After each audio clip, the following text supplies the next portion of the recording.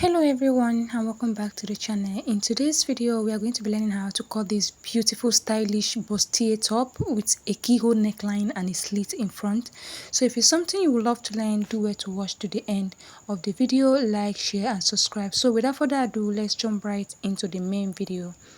So we'll be drafting the front pattern first, and the first thing we are going to do right now is to take our button allowance. I'm going to mark 1.5 inches for the button allowance. You can do 1 inch, you can do 2 inch, it depends on what you want. So I'm going to mark 1.5 inches all the way to the base of the paper.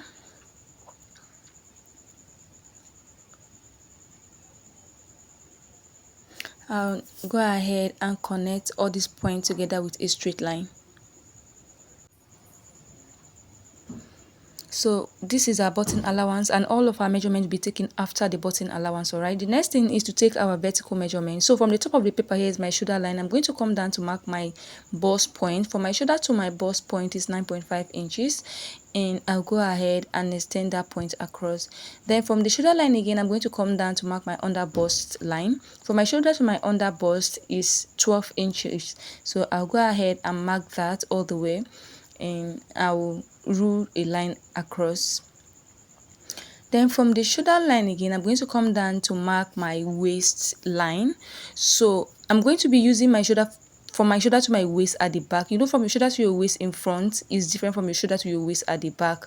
So I'm going to mark my shoulder to my waist at the back, which is 15 inches. So there won't be need for me to take my side dart again, all right, my bust dart again. For my shoulder to my waist in front is 16.5, while the back is 15 inches, and that is what I marked. So there won't be need for me to mark the bust dart. Then from the waistline, I'm going to come down by 9 inches. So this is going to be the length of our top. I came down from the waistline by 9 inches, and I'll go ahead and connect the point across this way. I will label my line appropriately. This is the top length, my waistline, my under bust line, and my bust point. So I'm going to come to the shoulder line here and divide my shoulder by 2. My shoulder divided by 2 is 7.5. I'm going to mark it right here. Then I'm going to come down by 1 inch for my shoulder slope at that point, and I'll come here to mark my neck width of 3 inches. I'm using 3 inches for the neck width.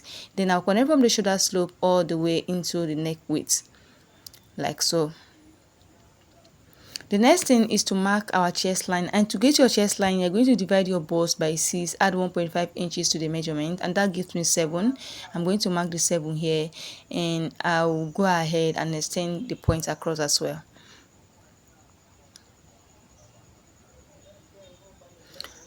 I'm going to label this line the chest line. On my chest line, I'm going to mark my shoulder measurement here, just so to have a straight line. I'm going to mark the 7.5 inches here as well. Then I'll connect from the shoulder slope all the way to the point we just marked on the chest line.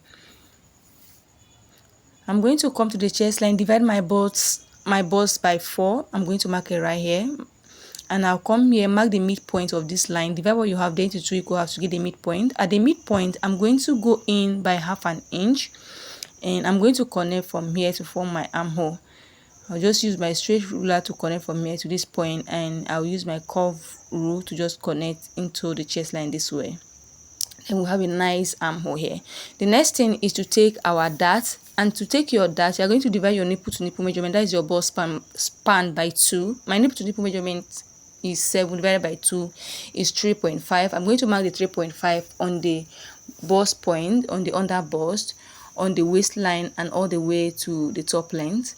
And I'm going to go ahead and use a straight line to just connect all these points together. I'm going to come to the under bust line. I'm going to mark 1/2 inch on the center front, and then on the side front I'm going to mark 1 inch. But if you're a bigger side, if you are a plus size, you can mark 1/2 inch on this side and 1.5 inch on this side front on the other side. I'm just going to mark the 1/2 inch all the way to the top length, and then I'll come to this side. I'm going to mark 1 inch all the way to the top length as well. Like I said, if you are plus size, you can mark 1.5 inches on the other side and then mark 1 inch on the center front. All right, I'll go ahead and connect all these points with a straight line this way.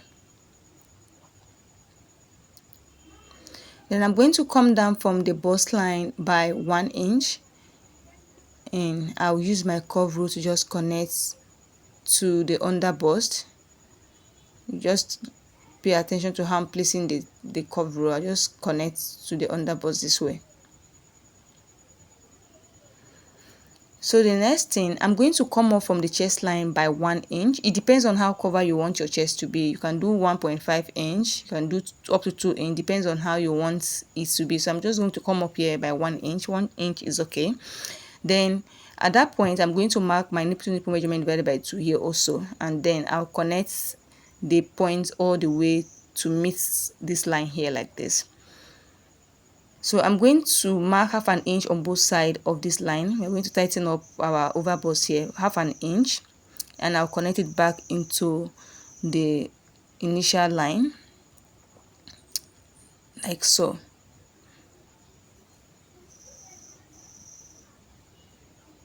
So this is what we have.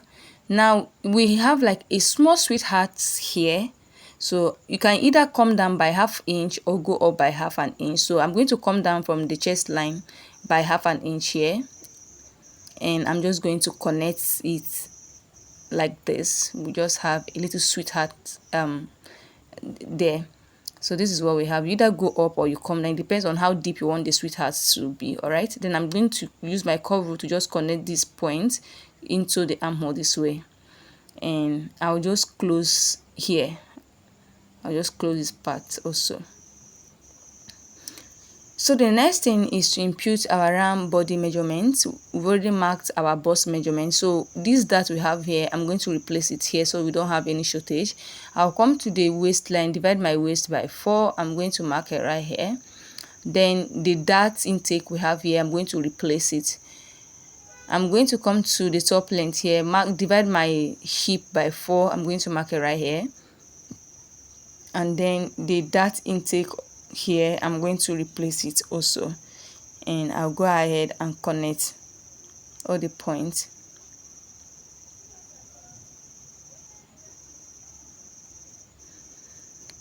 So I'm going to come up here by 1 inch just to give it a little nice curve here.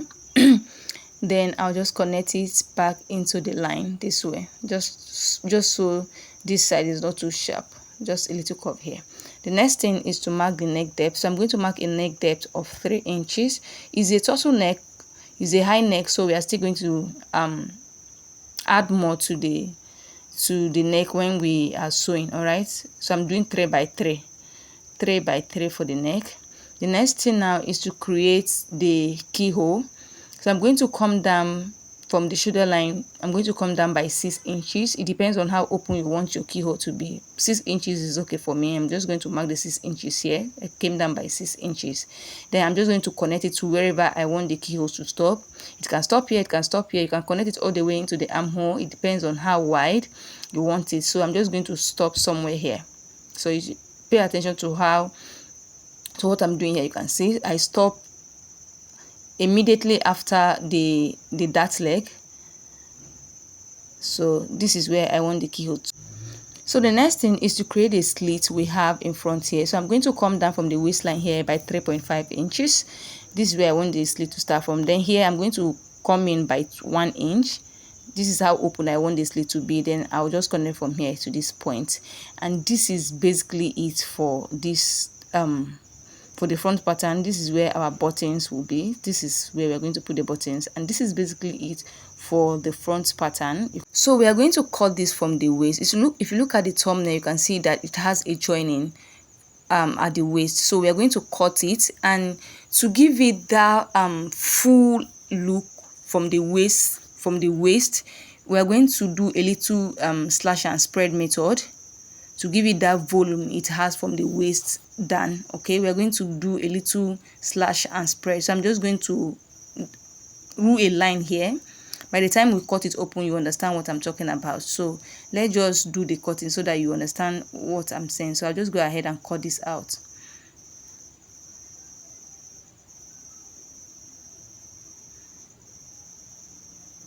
So if I've watched to this point and you have not yet subscribed, please do where to subscribe. Turn on the notification bell so you can be notified anytime I drop new videos, so you don't miss out on anything. So this is what we have after cutting. you can see here, we are going to open this center because I draft this on fold. We are going to cut the center. We're going to cut it because there is a button in front. So this is what we have. You can see how beautiful this came out. All right, this is what we have. We are going to cut that center front open because there is a button in front. So this is what we have. You can see how beautiful this came out, right? So we are going to tear this open. This is what I'm talking about. So what we are going to do right now is to cut the waist. This is what I was trying to explain earlier, because just take a look at the thumbnail. You can see that it has a joining from the waist. So I'm going to cut it from the waist. I'm just going to cut it here. So this is the upper part. This is the half length. Let's just put it that the upper part is the half length. I'm just going to cut this also. And this is what we have for the upper part, and this is the down part. We are still going to rejoin it when we are sewing.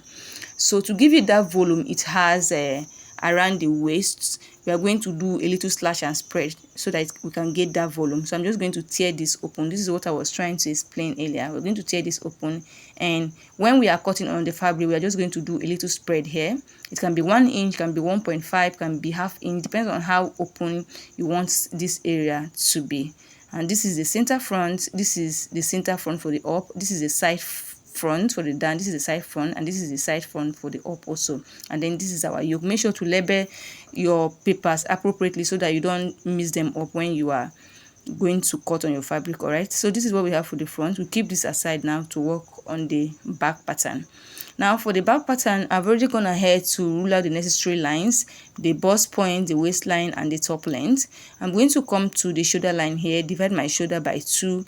I'm going to mark it right here. At that point, I'm going to come down by 1 inch for my shoulder slope, just the way we did for the front. I'm going to come here, mark the neck width of 3 inches. We're using the same neck width for the back and front, 3 inches, and I'm going to connect this way. The next thing is to mark the chest line. I'm going to come down by 7 inches. We are basically repeating what we did on the front pattern, and I'll just go ahead and rule this line across. I'm going to label this line the chest line. So I'm going to come here to mark the neck depth. I'm using 1.5 inches for the neck depth for the back. All right, and I'll just connect from the neck width with my curve rule all the way to the neck depth this way. The next thing, I'm going to come here, mark the chest line, my shoulder line rather. I'm going to mark the shoulder line here just to have a straight line from up, and I'm going to connect from there to this point. I'll come here to mark my bust measurement. I'll mark my bust measurement here, and I'll come to this line here, divide it into 2 equal halves to get the midpoint. At the midpoint, I'll go in by half an inch, and I'll go ahead and connect my armhole.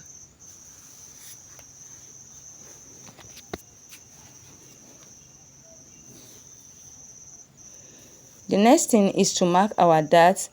To mark your dart, divide your nipple to nipple measurement by 2, just the way we did for the front. Mine is 3.5. After dividing, I'm going to mark the 3.5 on all the lines all the way to the top length, and I'll connect them with a straight line. I'm going to come to the waistline, mark half an inch on both sides of this line. I'm going to mark half an inch on both sides. Then I'm going to come down from the chest line by 1 inch. From the waistline, I'm going to come down by 6 inches. This is going to be the length of the dart, and I'll go ahead and connect my dart.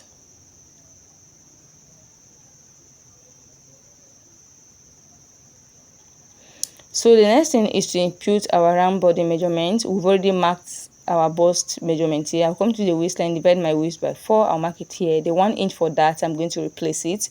And I'll come to the top length, divide my hip by 4. I'm going to mark it right here. And I'll go ahead and connect the points together. Remember that we didn't add any sewing allowance to this measurement. So when we are cutting on the fabric, we are going to add our sewing allowance. I'll come up here by 1 inch just to give it a little bit of curve here, and I'll connect it back. So we'll add our sewing allowance when we are cutting on our actual fabric. And this is it. I'm just going to rule a line here and then connect it. This line doesn't have any specific measurement, just rule a line here just to do that slash and spread method I talked about earlier. And this is basically it. I'll just go ahead and cut this out.